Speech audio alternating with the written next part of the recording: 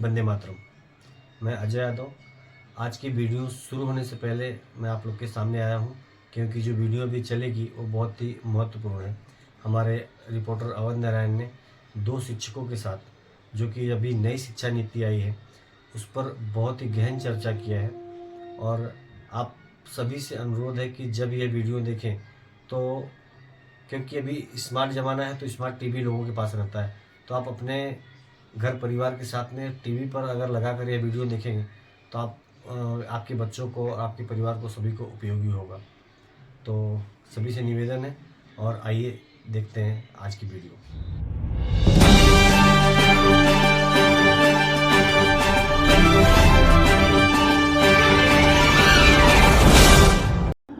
ये शिक्षा नीति 5+3+3+4 के प्रणाली पर आधारित है। एक क्वालिटी बेस्ड स्टडी होनी चाहिए ताकि आगे चल के बच्चे को रोज़गार के लिए भटकना ना पड़े और वो अपनी गुण को जान सके, अपने महत्व को जान सके और उसी दिशा में आगे बढ़े। अदरवाइज़ जहाँ तक हो हमें पुस्तक का इस्तेमाल करना चाहिए अपनी जानकारी को बढ़ाने के लिए, क्योंकि गूगल में जो इन्फॉर्मेशन होता है, जो जानकारियाँ होती हैं, वो थोड़ा सतही होती हैं। प्रधानमंत्री नरेंद्र मोदी जी ने भी इसकी भी मंजूरी दे दी है एआई को। एआई का फुल फॉर्म होता है आर्टिफिशियल इंटेलिजेंस, और आजकल सीबीएसई बोर्ड में जो सेंट्रल बोर्ड एजुकेशन है, उन्होंने भी एआई एज अ सब्जेक्ट ले लिया है। और नमस्ते, मैं अवध नारायण यादव प्रज्ञा न्यूज़ से, और आप देख रहे हैं प्रज्ञा न्यूज़ का एपिसोड अध्ययन। हमने आपसे शुरू में कहा था अध्ययन के अंतर्गत जो दिक्कतें आती हैं छात्र कि क्या क्या दिक्कतें आती हैं, किसी एक्सपर्ट से हम आपको बातचीत का उनका सिलसिला, जो बातचीत होगी वो अध्ययन कैसे किया जाए, उसको कैसे सरल तरीके से आपको आपके जीवन में उतारा जाए और आप सफल हो, उसके बारे में हमने बात किया था। तो उसी के बारे में हम बात करेंगे।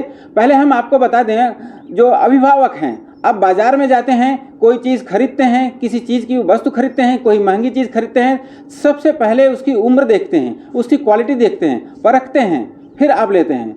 तो दर्शकों, हम आपसे रिक्वेस्ट कर रहे हैं कि जब आप अपने बच्चों को अध्ययन कराते हैं, स्कूल में भेजते हैं, कॉलेज में भेजते हैं, या बड़े बड़े और कॉलेजों में भेजते हैं, तो आपने कभी सोचा उनकी क्वालिटी क्या है, उनको क्या परेशानी आएगी, उनको पढ़ाई में क्या दिक्कत हो रही है?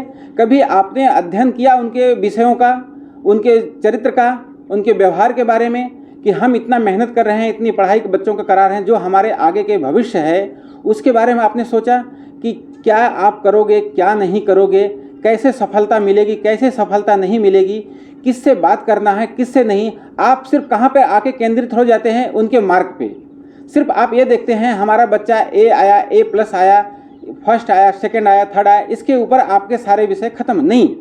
आप अपने बच्चे का अध्ययन का, ज्ञान का परख करिए, और उससे संबंधित ही हम आपसे कुछ बातचीत कराएंगे। कुछ एक्सपर्ट्स हैं, तो चलिए हम आप उन मित्रों से और उन एक्सपर्ट्स से बात कराएंगे। हमारे बीच में हैं श्री कृष्ण यादव जी और दूसरा मधु यादव जी, हम उन दोनों से ही बात करेंगे। तो सर, आपका नाम बता दीजिए सबसे पहले। नमस्कार, मेरा नाम श्री कृष्णा यादव है। मैं विद्या विकास हिंदी स्कूल में कार्यरत हूँ, और वहाँ मैं एक अध्यापक के रूप में अपनी शिक्षा दे रहा हूँ। आपका नाम और स्कूल में कहाँ से जुड़े अध्यापक से, कौन से? मेरा नाम मधु यादव है। मैं सेंट मैरीज स्कूल छनौद, वहाँ पर अध्यापिका के तौर में हूँ। देखो मित्रों, हमने कम्युनिकेशन बैठाया है, हिंदी मीडियम, इंग्लिश मीडियम, भारतीय पद्धति, पाश्चात्य पद्धति, दोनों का हमने एक जोड़ दिया है। जो मिश्रण निकलेगा वो आपके सामने आएगा। तो हमारा आज का पहला सवाल ये है, जैसे अभी नई शिक्षा नीति चालू हुई है, तो नई शिक्षा नीति क्या है, आप दोनों बता दीजिए। जैसा कि हम सभी लोग जानते हैं कि बदलाव ज़रूरी होता है समाज को आगे बढ़ने के लिए, देश को आगे बढ़ने के लिए, परिवार को आगे बढ़ने के लिए। तो ऐसे में हम बदलाव तभी आएगा जब हम अपनी नीतियों को बदलेंगे। जहाँ तक शिक्षा नीति की बात है, तो इसमें बदलाव बहुत ज़रूरी था, और जो नई शिक्षा नीति आई है उससे जो है बहुत कुछ देश में बदलाव आने वाला है। नई शिक्षा नीति प्रधानमंत्री श्री नरेंद्र मोदी की अध्यक्षता में जुलाई 2020 में और केंद्रीय मंत्रिमंडल के द्वारा स्वीकृति दी गई और इस नीति के तहत भारत में शिक्षा की गुणवत्ता को बढ़ाना है और आगे जो है अधिक से अधिक बच्चे स्किल्ड बेस्ड शिक्षा ग्रहण करें और इसके बाद में पढ़ने लिखने के बाद में वो जो है एम्प्लॉयमेंट उनको मिले, इस बात पर ज़्यादा जोर दिया गया है।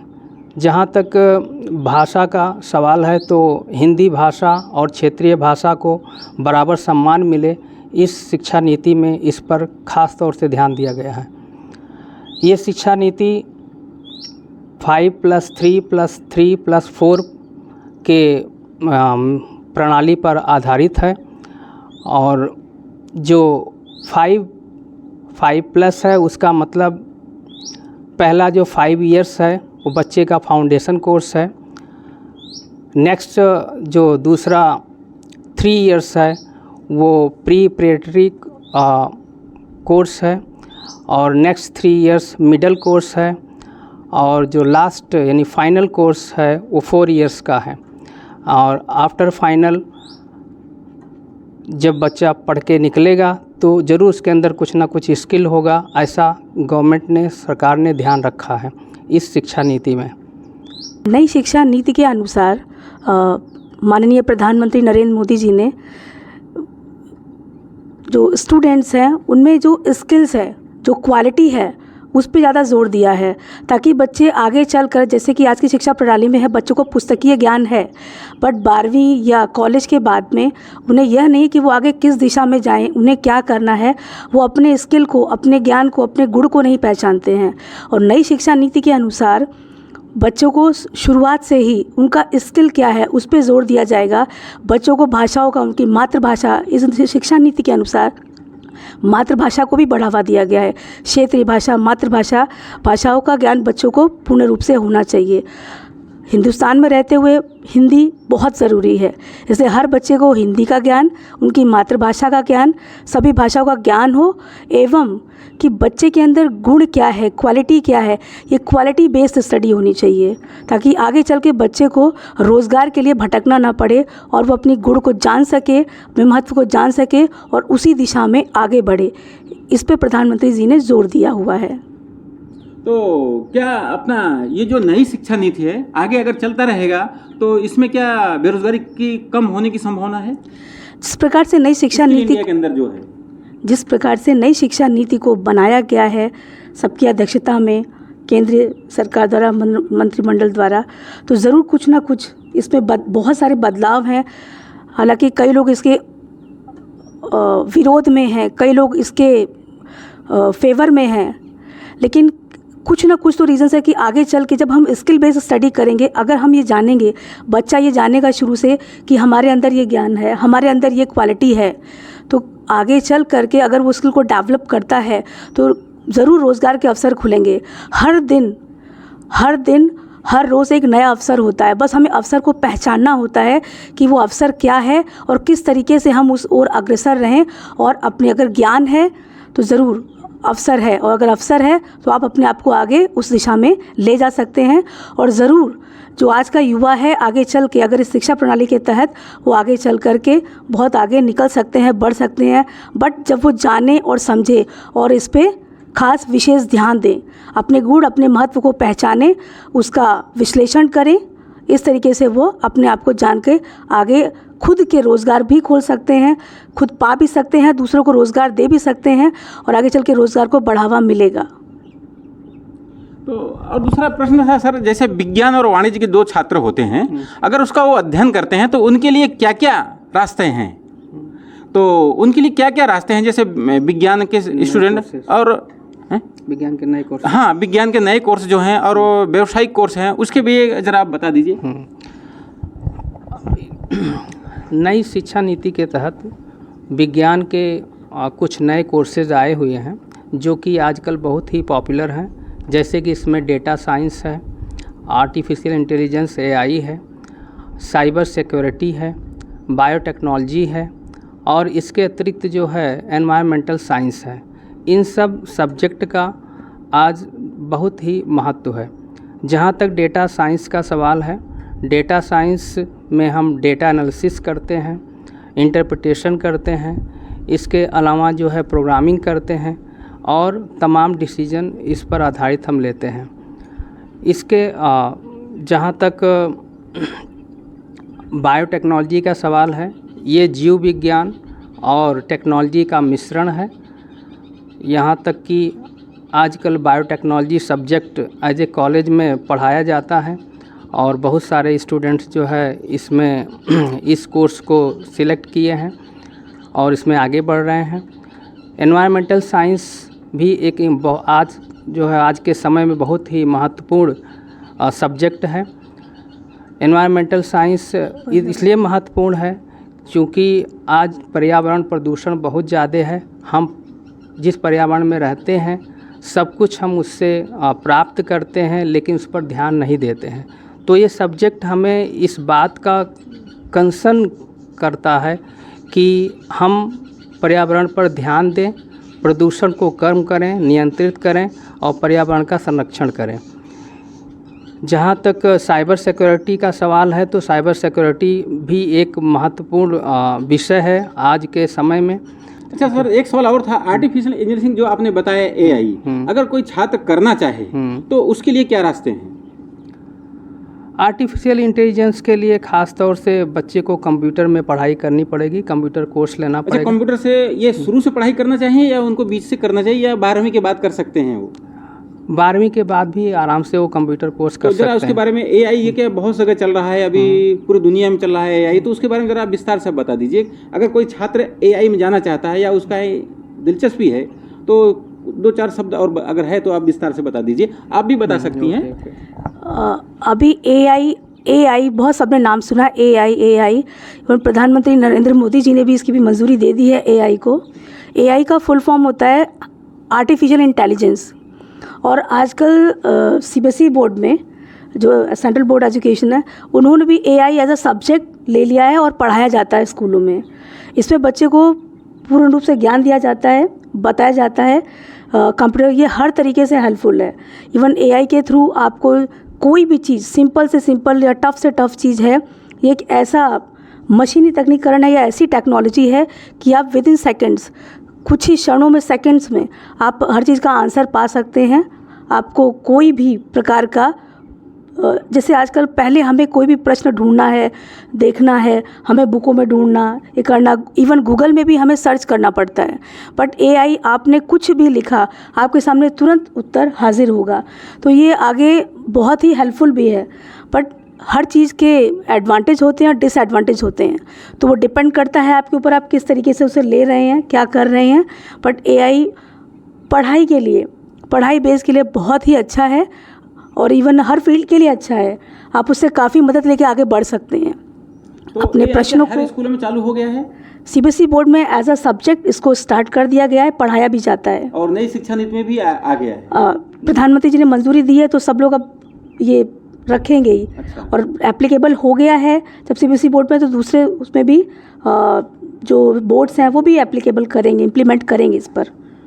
अच्छा, चल रहा है। तो दूसरा और एक प्रश्न था सर, जैसा कि देखा जाता है कि कोई भी ऑनलाइन क्लास चल रहा है तो ऑनलाइन क्लास है और उसको बता देते हैं भाई यहाँ इस जगह से आप ढूंढ के लाओ, स्कूल में टीचर बता देते हैं इसको आप ढूंढ के लेके आना है। तो गूगल के अध्ययन, ऑनलाइन जो अध्ययन है, गूगल का अध्ययन और पुस्तकीय अध्ययन में क्या बच्चों को ज्ञान हम कम नहीं कर रहे हैं? टीचर बोल देंगे भाई ये गूगल से ढूंढ के लेके आओ, तो गूगल से उतना ही ढूंढ के लिखता है। तो हमारा प्रश्न था, जो हम गूगल के अंदर से अध्ययन कर रहे हैं और जो पुस्तक के अध्ययन से पुस्तक से अध्ययन करते हैं, दोनों में क्या गूगल से ज्ञान कमज़ोर होता जा रहा है बच्चों का पुस्तकीय ज्ञान के आधार पे? आज के समय में, आज के ज़माने में टेक्नोलॉजी का बहुत ही महत्व है। टेक्नोलॉजी हर फील्ड में आज एंटर कर गया है, तो ऐसे में हम टेक्नोलॉजी से दूर तो नहीं रह सकते हैं, लेकिन फिर भी किसी भी चीज़ पर बहुत ज़्यादा निर्भरता अच्छी बात नहीं होती है। गूगल का यूज़ बहुत ज़्यादा है, इससे हमें बहुत सारे फ़ायदे हैं, लेकिन एकदम गूगल पे निर्भर हो जाना मतलब अपने ही ज्ञान को, अपने ही माइंड को कम करना है। जब बहुत ज़रूरी हो तभी हमें गूगल का यूज़ करना चाहिए अदरवाइज़ जहाँ तक हो हमें पुस्तक का इस्तेमाल करना चाहिए अपनी जानकारी को बढ़ाने के लिए, क्योंकि गूगल में जो इन्फॉर्मेशन होता है, जो जानकारियाँ होती हैं, वो थोड़ा सतही होती हैं, सरफेस लेवल का होती हैं। लेकिन जो जो पुस्तकीय ज्ञान होता है उसमें डीप लेवल का होता है, गहराई से हमें किसी विषय में जानकारी प्राप्त होती है। और जहाँ तक गूगल का सवाल है तो उसकी जो संरचना है, उसकी जो जानकारी है वो स्पष्ट नहीं होता है, हमें पहचानने में दिक्कत होती है कि क्या सही है क्या गलत है। लेकिन जो पुस्तकीय ज्ञान होता है, पुस्तक से जो हम चीज़ें प्राप्त करते, जानकारी प्राप्त करते हैं, उससे हमें गहराई से ज्ञान होता है और उससे हम सरलता से समझ भी जाते हैं। इसलिए मेरा विचार ये है कि जहाँ तक हो हमें ज़्यादा पुस्तक पर डिपेंड रहना चाहिए, और अगर हम गूगल का भी यूज़ करते हैं तो कोई बुरा नहीं है। सही बात है, गूगल टेक्नोलॉजी बहुत ज़रूरी है, लेकिन हमको टेक्नोलॉजी का गुलाम नहीं होना है। पुस्तक पढ़ना ही पढ़ना है। आपको शॉर्ट में अगर कोई चीज़ ढूंढना है तो गूगल से मिल जाएगा, लेकिन उसका विवरण आपको पुस्तक से ही मिलेगा। गूगल टेक्नोलॉजी, गूगल और पुस्तक का अध्ययन, जैसे अभी आपने बताया कि गूगल और पुस्तक, तो गूगल अध्ययन और पुस्तक का अध्ययन दोनों में बहुत ज़्यादा ही डिफरेंस है। गूगल इट्स ओके, हमें विद इन सेकेंड्स आंसर मिल जाते हैं बड़ी ईजिली, हमें अपना दिमाग नहीं लगाना पड़ता है, हमारे हाथ पर टेक्नोलॉजी है, हमने टेक्नोलॉजी का यूज़ किया, हमें तुरंत आंसर मिल गया। और पुस्तक के अध्ययन में हमें पुस्तक को पढ़ना पड़ता है। तो सबसे पहला अंतर हमें यही समझ में आ रहा है कि हमने कोई चीज़ लिखी और हमें तुरंत आंसर मिल गया, और पुस्तक में हमें पढ़ के उस चीज़ को, उत्तर को ढूंढना पड़ रहा है। तो हमने यहाँ पर पढ़ा और वहाँ हमने तुरंत आंसर मिला। तो मस्तिष्क का उपयोग कहाँ हुआ, ब्रेन हमने कहाँ यूज़ किया, ब्रेन यूज़ किया हमने पुस्तक के अध्ययन में। गूगल एक तरीके से बहुत हेल्पफुल है, बट वो हमारे माइंड को ब्लॉक करता है। हमारा माइंड, हम अपने माइंड को पूर्ण रूप से उपयोग नहीं करते हैं। और जैसा कि कहा जाता है पुराने ज़माने में कि जैसे जैसे आप अपना जितना दिमाग इस्तेमाल करेंगे, जितना ब्रेन यूज़ करेंगे, उतना ज़्यादा वो शाइन करता है, चमकता है। जिस मशीन से जितना काम लो उतना ही वो ज़्यादा अच्छी चलती है। तो यहाँ पे तो हम ब्रेन का यूज़ कर ही नहीं रहे हैं, तो ब्रेन जो है हमारा दिमाग पूर्ण रूप से ब्लॉक हो जाता है।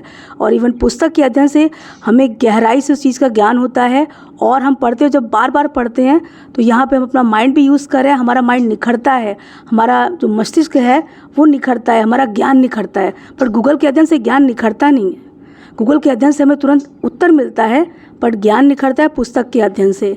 मैं यही कहना चाहूँगी इसमें। बहुत अच्छा इन्होंने बताया, अभ्यास करने से, जैसे एक कहावत भी है, करत अभ्यास जड़मत हो सुजान, रसरी आवत जात से सिल पर होत निशान। अगर कंटिन्यू आप अभ्यास करते रहते हैं तो आपके दिमाग में वो चीज़ स्थिर हो जाती है, वो निशान बना जाती है। पुस्तक का ज्ञान मैडम ने बहुत ही बढ़िया बताया, और आपको उत्तर भी बहुत बढ़िया मिल गया होगा। अभी मित्र मिलते हैं कुछ सेकंड, कुछ ब्रेक के बाद।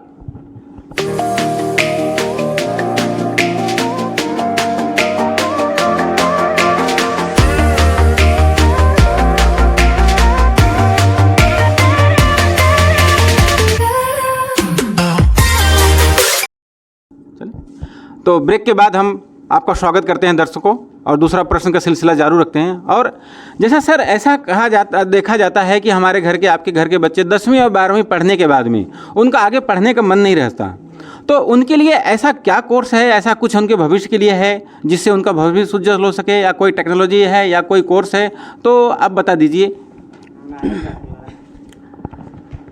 10वीं और 12वीं, जैसा कि आपने पूछा कि 10वीं और 12वीं के बाद कौन से कोर्सेज अवेलेबल हैं जो बच्चे आगे कॉलेज नहीं करना चाहते हैं, तो ऐसे बहुत सारे कोर्सेज अवेलेबल हैं। और जहाँ तक 10वीं या 12वीं के बाद, तो सबसे पहले तो ITI कोर्स है। इसके अलावा जो है डिप्लोमा कोर्सेज हैं, लगभग हर फील्ड में डिप्लोमा कोर्सेज हैं। जैसे डिप्लोमा डिप्लोमा इन सिविल्स है, डिप्लोमा इन कंप्यूटर एप्लीकेशन है, DCA जिसको हम बोलते हैं, diploma in pharmaceutical and other जो है डिप्लोमा कोर्सेज हैं। और इसके अलावा पॉलीटेक्निक है।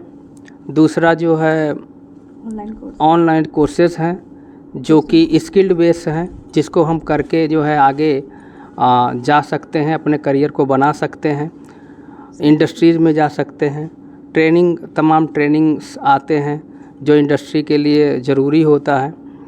इसके अलावा अप्रेंटिस वगैरह, जैसे अप्रेंटिस का कोर्स है वो भी आप कर सकते हैं, इंटर्नशिप कर सकते हैं। ऐसे बहुत सारे जो है 10वीं और 12वीं के बाद कोर्सेज़ हैं।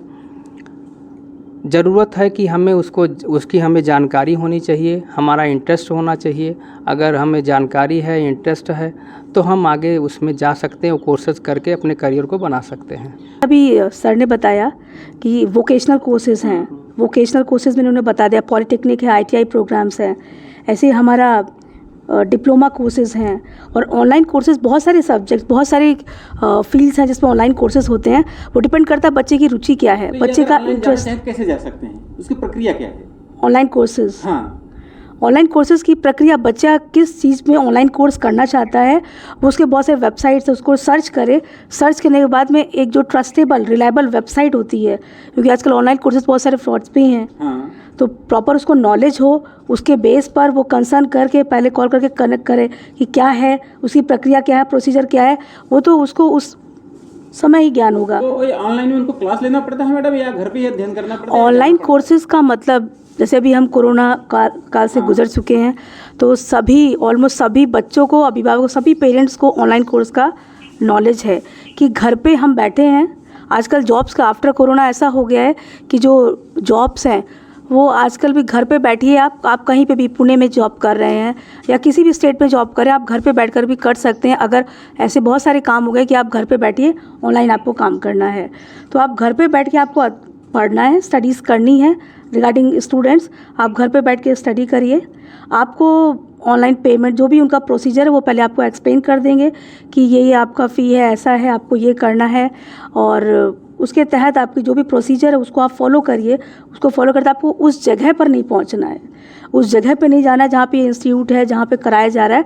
आप घर रह करके आराम से कर सकते हैं। बच्चा 10वीं 12वीं के बाद भी अपने सर्विस भी कर सकता है और ऑनलाइन पढ़ाई भी कर सकता है, अपना एजुकेशन बढ़ा सकता है, उसको भटकने की जरूरत नहीं है उसके इंटरेस्ट। अच्छा मैडम, एक सवाल और भी था, ये एजुकेशन से संबंधित आपके पास में, बालिकाओं से संबंधित हमने कुछ अनुभव किए हैं कि जब भी स्कूल की पढ़ाई होती है या घरों में देखा, समाज में देखा, हर क्षेत्र में देखा, लड़कियां लड़कों की अपेक्षा, एजुकेशन से लेकर के हर क्षेत्र में लड़कियां लड़कों की अपेक्षा ज़्यादा टैलेंट निकल रही हैं।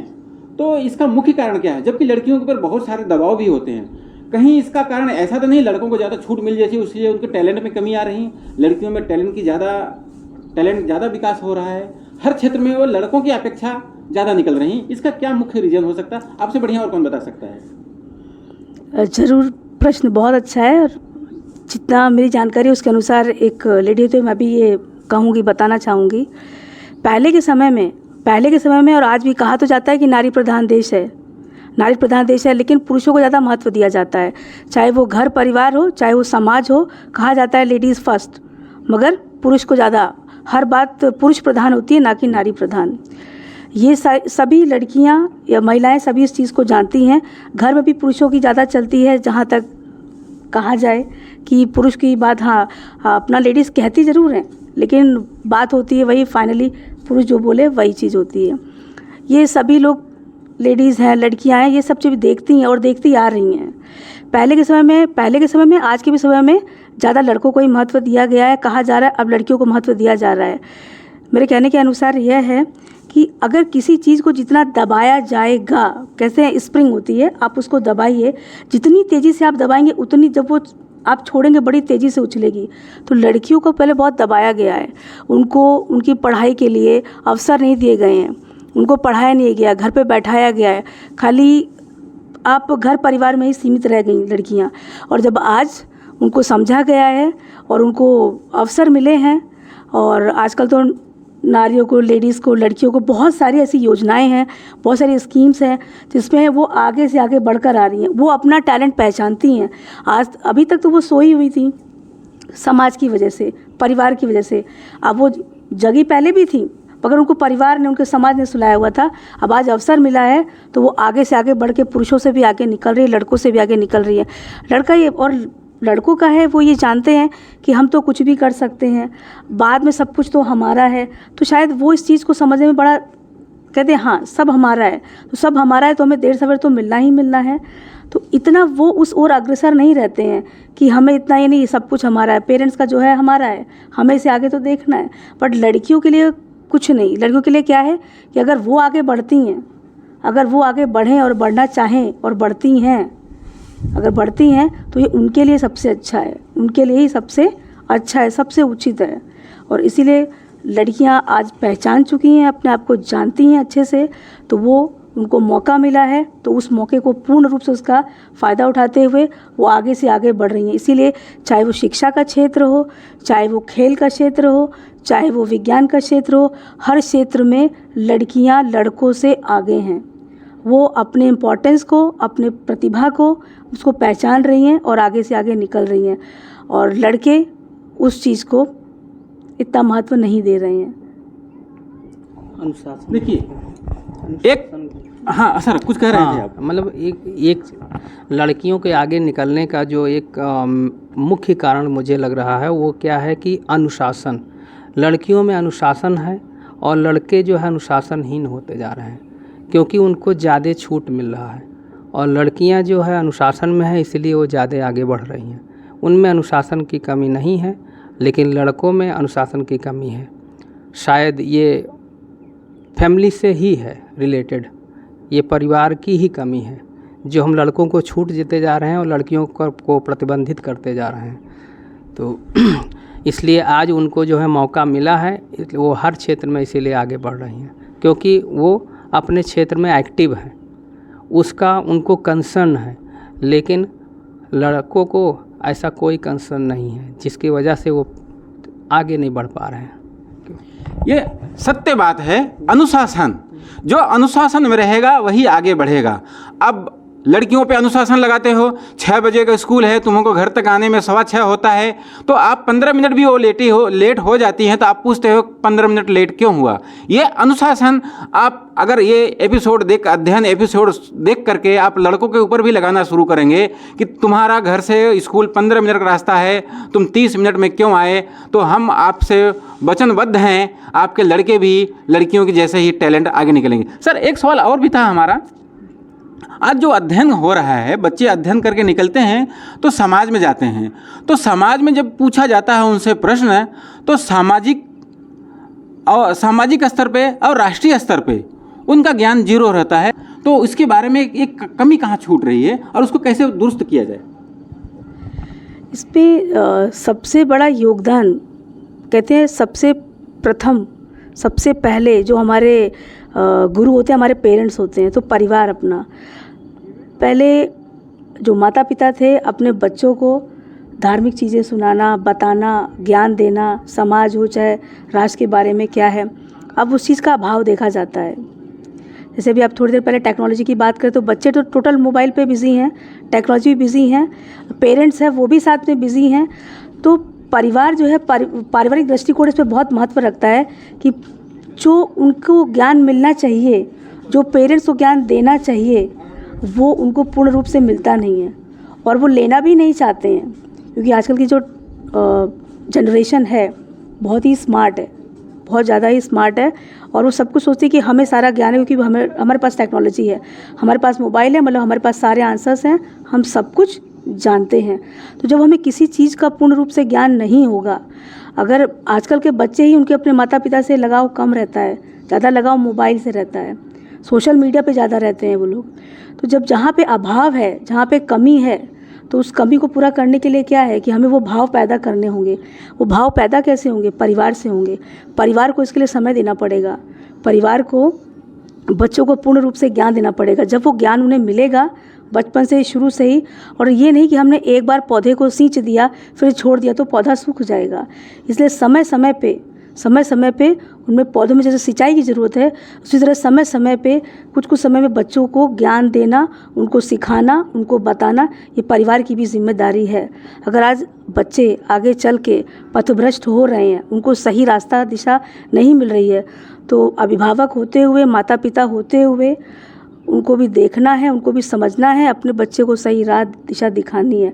और जब हम उन्हें सही राह दिशा दिखाएंगे, उनको चीज़ों को बताएंगे, तो मुझे लगता है कि ज़रूर ये चीज़ काम करेगी। उनमें ज्ञान आएगा तो वो राष्ट्रीय स्तर हो या आप सामाजिक स्तर हो तो उससे जुड़ेंगे, तब जुड़ेंगे तो कनेक्टिविटी होगी तो परिवार एक बहुत बड़ा सोर्स है उसमें।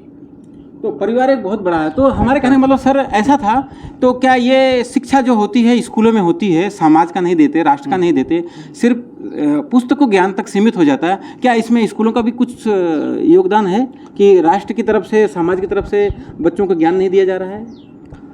आप का जो क्वेश्चन है वो बहुत अच्छा है।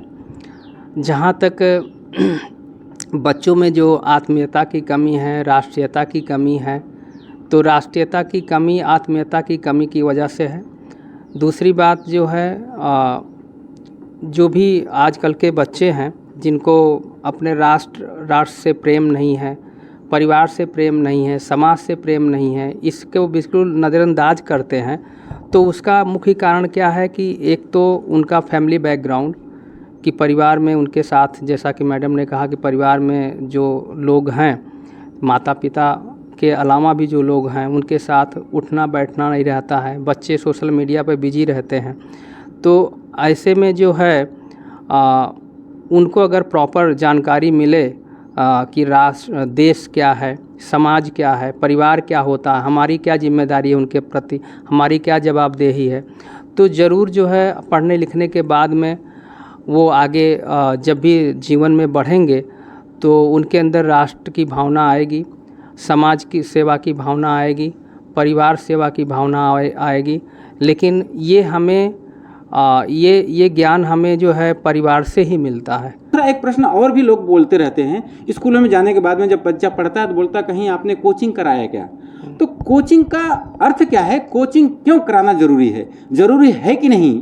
ये भी शब्द लोग अक्सर पूछते हैं। बच्चा हमारा स्कूल में तो पढ़ रहा है 6 घंटे, तो कोचिंग किस लिए ज़रूरी है? 2 घंटे में क्या पढ़ेगा? यह स्पष्ट कर दीजिए। कोचिंग एज अ टीचर होते हुए मैं भी बोलूँगी कि कोचिंग मैं भी पढ़ाती हूँ, कोचिंग पढ़ाती हूँ मैं भी। आजकल जिस हिसाब से मेंटालिटी की बात हो रही है कि बच्चों का मेंटालिटी ये है स्कूल जाना है, स्कूल में भी हम पढ़ाते हैं, स्कूल में भी बच्चों को ज्ञान दिया जाता है, सारे टीचर्स पढ़ाते हैं सब कुछ।